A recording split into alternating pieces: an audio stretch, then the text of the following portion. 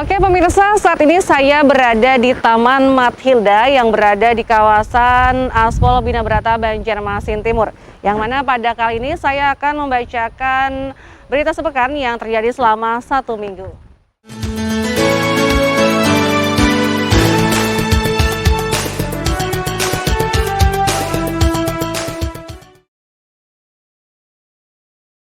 Assalamualaikum warahmatullahi wabarakatuh. Apa kabar pemirsa Banjar TV? Lintas Bandung Sepekan minggu ini kembali hadir ke hadapan Anda. Hari ini edisi Minggu 1 November 2020. Serangkaian berita terpilih selama sepekan akan kami sajikan selama 1 jam ke depan.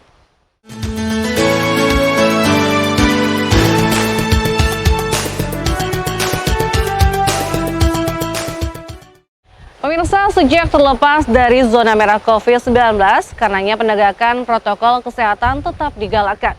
Hal itu disampaikan pelaksana tugas Wali Kota Banjarmasin Hermansyah saat membuka kegiatan sosialisasi Perwali nomor 68 tahun 2020 di Banjarmasin. Pemko Banjarmasin melalui bagian hukum Setdako Banjarmasin menggelar sosialisasi peraturan Wali Kota Banjarmasin nomor 68 tahun 2020 tentang penerapan disiplin dan penegakan hukum protokol kesehatan sebagai upaya pencegahan dan pengendalian virus corona COVID-19. Sosialisasi bertempat di Aula Kayu Baimbai melibatkan Majelis Ulama Indonesia setempat, pengelola tempat ibadah, serta pengelola pasar di setiap kelurahan maupun kecamatan di kota Banjarmasin. Sosialisasi juga menghadirkan narasumber Dandim 1007 Banjarmasin, Kolonel CJE M. Liopola Ardiansa, Wakapolresta Banjarmasin AKBP Sabana Atmojo, dan Kabak Hukum Setdako Banjarmasin Lukman Padlun. Pelaksana tugas Wali Kota Banjarmasin Hermansyah saat membuka kegiatan tersebut menyampaikan kabar gembira bagi seluruh warga Banjarmasin. Pasalnya setelah melalui berbagai upaya dan beragam cara, akhirnya Banjarmasin terbebas dari zona merah COVID-19. Hal ini tentunya tidak terlepas dari kerjasama lintas sektor, baik dari pemerintah, TNI, Polri, dan masyarakat kota Banjarmasin. Herman berjanji akan terus-menerus memberikan sosialisasi kepada masyarakat agar tetap disiplin menerapkan protokol kesehatan. Gugus tugas COVID-19 di kota Banjarmasin, hari ini di Banjarmasin tidak ada lagi zona merah. Yang terakhir kemarin kan zona merah ada hanya di Sungai Miai. Alhamdulillah hari ini sudah tidak ada lagi. Nah tetapi ini juga justru ini memicu kita bagaimana juga kita COVID-19 ini jangan sampai nanti ada klaster-klaster baru kemudian tahap kedua gitu. Itu yang perlu kita jaga. Melalui sosialisasi ini Herman berharap dapat memberikan pemahaman kepada para pengelola fasilitas umum agar tetap memperhatikan protokol kesehatan demi mencegah terjadinya gelombang kedua penularan COVID-19 di daerah ini. Bohail, Banjar TV. Selanjutnya, guna menghadapi pembelajaran tatap muka tingkat SD, diperlukan kesiapan sarana dan prasarana sekolah dalam penerapan protokol kesehatan, serta kesiapan melakukan pembelajaran tatap muka itu sendiri di samping persetujuan orang tua murid.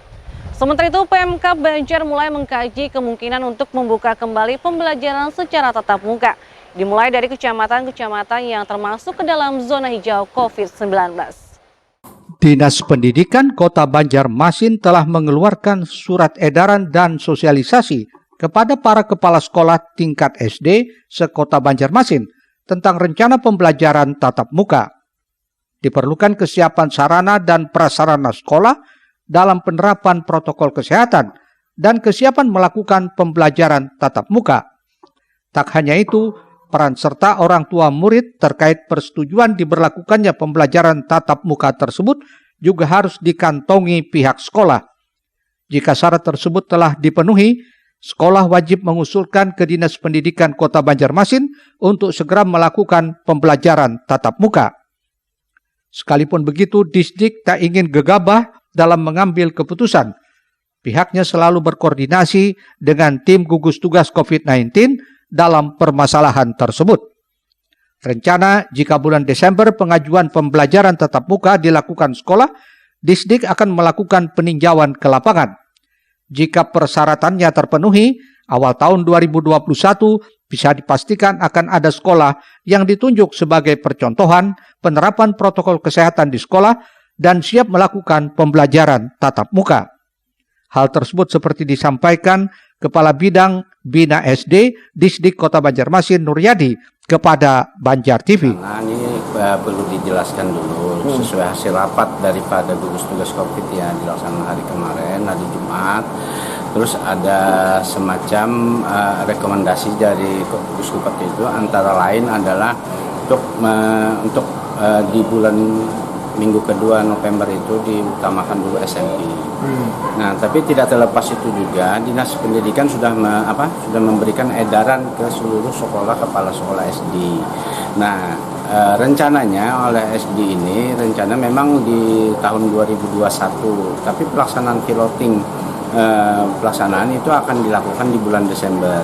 Nah, jadi perlu kesiapan sekolah dalam menyampaikan ini. Jadi permasalahan pertama adalah gugus tugas ini menginstruksikan kepada sekolah-sekolah, terutama ada 3 syarat yang harus dilakukan: tempat cuci tangan, setelah itu pakai masker, terus jarak daripada meja kursi. Nah, kemarin itu sudah menjadikan lakukan. Nah, tinggal nanti sekolah menindaklanjuti dengan surat edaran kepada kepada orang tua. Nah, jadi apabila misalkan orang tua setuju tidak setuju, itu semuanya tergantung pada orang tua untuk menghadirkan siswanya. Nah, artinya apa? Orang tua pun bisa mensuplai sekolah, kesiapan sekolah untuk anaknya melaksanakan tatap muka. Nah, jadi hal ini perlu kita pahami bersama bahwa ini adalah semacam usulan, ya. Jadi usulannya nanti orang tua kepada sekolah nanti merundingkan lagi dengan komite lagi, dan sekolah itu mengusulkan ke dinas pendidikan. Nah, jadi dinas pendidikan nanti akan memverifikasi sekolah itu untuk pelaksanaan itu. Nuryadi menambahkan pihaknya berharap penyebaran virus COVID-19 dapat semakin cepat teratasi sehingga penerapan pembelajaran tatap muka juga segera dapat dilakukan. Rijali Afandi, Banjar TV.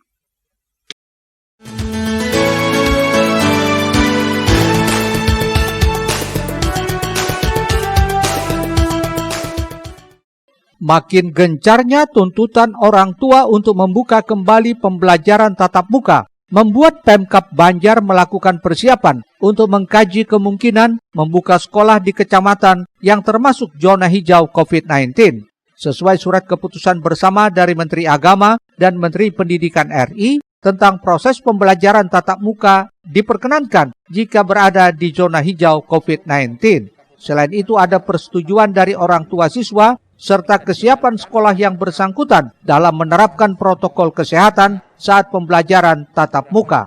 Kecamatan, nah berdasarkan pertimbangan itu ada dulu rapat orang tua.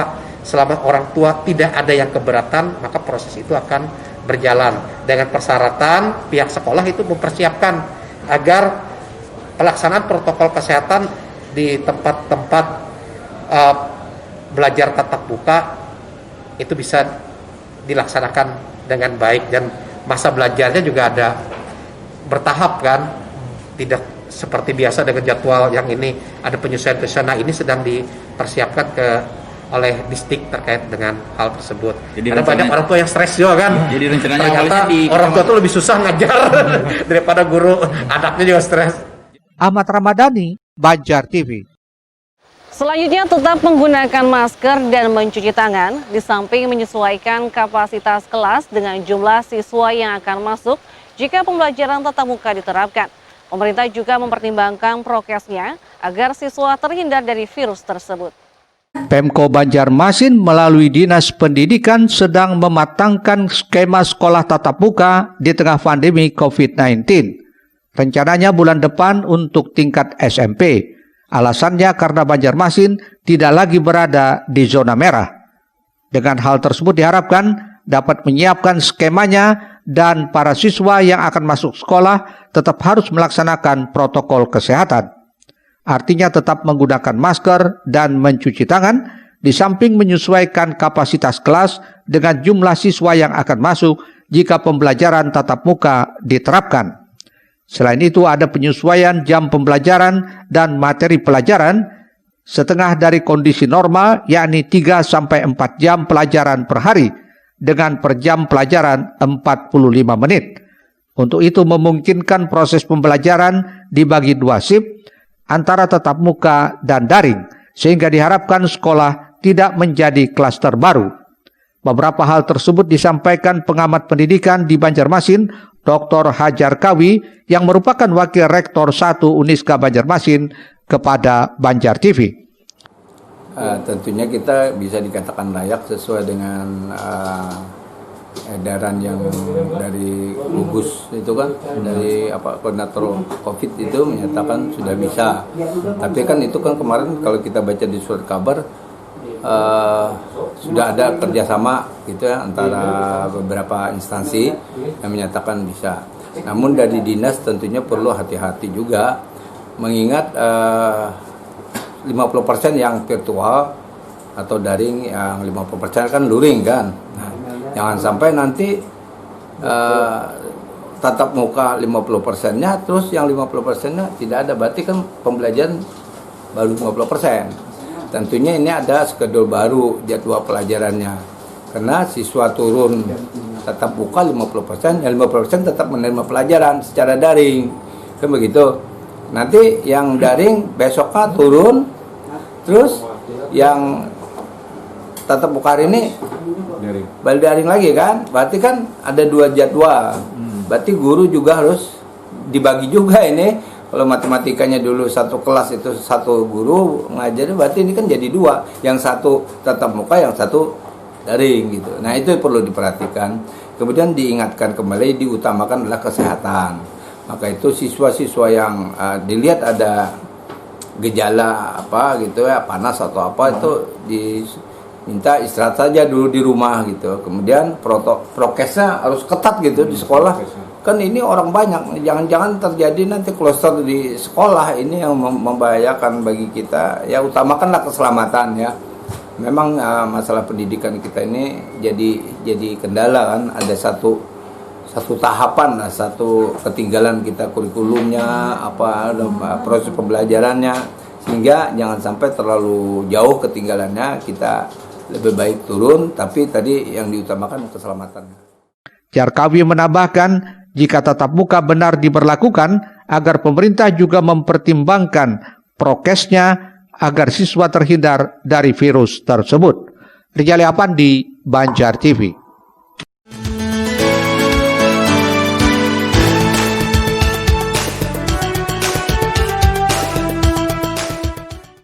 Politikus Partai Golkar yang satu ini mengaku meski angka penyebaran COVID-19 mulai melandai, tidak menjamin para siswa, khususnya di sekolah dasar, mampu menerapkan protokol kesehatan dengan benar. Apalagi saat ini, pemerintah juga belum meluncurkan vaksin COVID-19. Jangan sampai justru ini menimbulkan klaster baru. Karenanya, utamakan keselamatan siswa di tengah vaksin yang belum ada. Selain itu, politisi ini mengimbau kembali kepada seluruh warga kota Seribu Sungai untuk selalu menaati protokol kesehatan, yakni menggunakan masker, mencuci tangan dengan sabun, dan menjaga jarak. Diingatkannya pula, jika nanti memang benar sekolah mulai diaktifkan, diminta peran guru untuk terus mengingatkan para siswa agar menaati aturan, yakni penerapan protokol kesehatan. Saya memberikan apresiasi penegakan perwali yang 68 itu, supaya semuanya harus mematuhi dengan protokol kesehatan yang 3M tadi, pakai masker, cuci tangan, dan menjaga jarak. Ya, sehingga dengan kita evaluasi dengan pelaksanaan perwali 68 itu ternyata efektif untuk bisa melandaikan COVID seperti itu. Tapi kalau misalnya kita ini COVID dibebaskan, sekolah lagi masuk, anak yang bisa paham dengan COVID itu tahu dia COVID, tapi cara pencegahannya tidak tahu. Contoh anak-anak SD, dia nggak tahu dia harus bergaul dengan temannya seperti apa, cara makannya apa, cara bermasker apa. Kalau SMB mungkin bisa sih kita kan bagus, tapi anak-anak SD yang sangat sanksi saya begitu. Risna, Banjar TV. Pemirsa, warga Jalan Halinau minta perhatian pemerintah. Tetaplah bersama kami.